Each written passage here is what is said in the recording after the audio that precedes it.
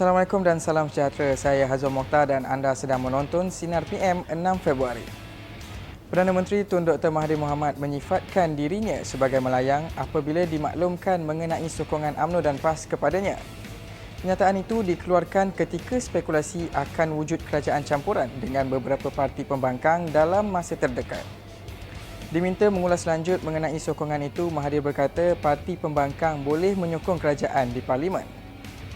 Beliau menambah jika UMNO dan PAS sanggup bekerja bersamanya, maka pemimpin dari parti itu juga harus menyokong usaha yang dilakukan untuk negara. Spekulasi mengenai kerajaan campuran tercetus apabila perkara itu dibangkitkan ahli Majlis Tertinggi Lokman Nur Adam Selasa lalu.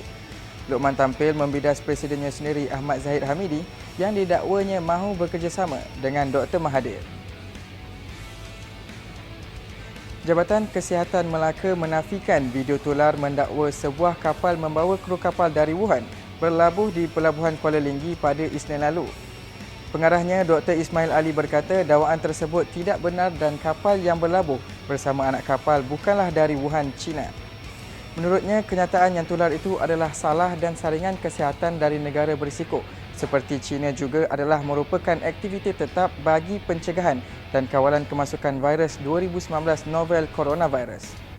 Terdahulu, tular video berdurasi 1 minit 3 saat yang dimuat naik seorang pengguna laman sosial Facebook mendakwa sebuah kapal dagang dari Wuhan membawa beberapa anak kapal bersauh di Pelabuhan Kuala Linggi.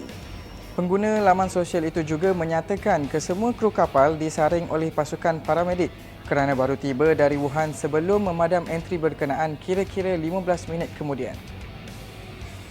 Perdana Menteri Tun Dr. Mahathir Mohamad menegaskan sukar untuk memahami subjek sains sekiranya tidak fasih bahasa Inggeris berikutan ilmu sains kebanyakannya dalam bahasa itu.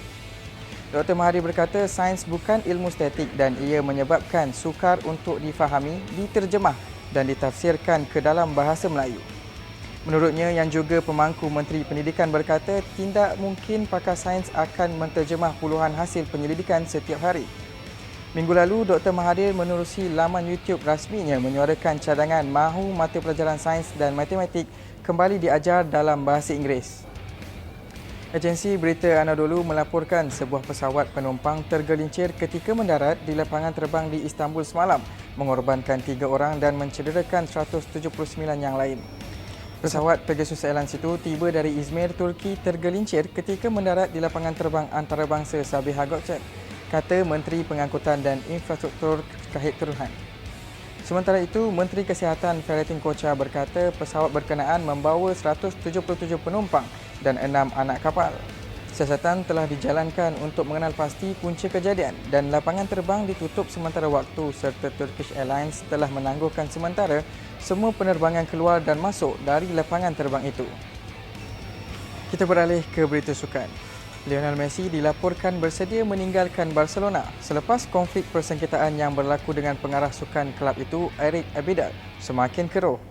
Memetik laporan portal berita sukan antarabangsa, Messi boleh meninggalkan kelab itu secara percuma pada bila-bila masa sahaja berdasarkan klausul kontrak yang dipersetujui antara pemain itu dan Barcelona sebelum ini. Terdahulu, Abidal memberikan kenyataan prestasi buruk Barcelona. Ekoran pemain tidak tampil dengan persembahan cemerlang ketika di bawah kendalian bekas pengendali pasukan, Ernesto Valverde. Kenyataan itu tidak disenangi oleh Messi yang membalas kritikan tersebut dan menyifatkan apa yang diperkatakan Abidal itu tidak benar dan hanya memburukkan semua pemain yang telah memberikan aksi 100% di atas padang.